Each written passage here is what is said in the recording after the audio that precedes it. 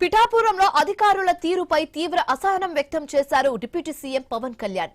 కాలనీలో పేరుకుపోయిన చెత్త, అపరిశుభ్ర పరిస్థితులను చూసి పవన్ కళ్యాణ్ ఆగ్రహం వ్యక్తం చేశారు. కాలనీలు ఇంత చెత్తగా ఉంటే అక్కడి ప్రజలు ఎలా ఉంటున్నారని ఫైర్ అయ్యారు. తాను అయితే ఇలాంటి చోట ఒక్కరోజు కూడా ఉండలేనని మండిపడ్డారు. అసలు తాను చీపురు పట్టి రోడ్లు తుడవాలా అంటూ అధికారులను నిలదీశారు.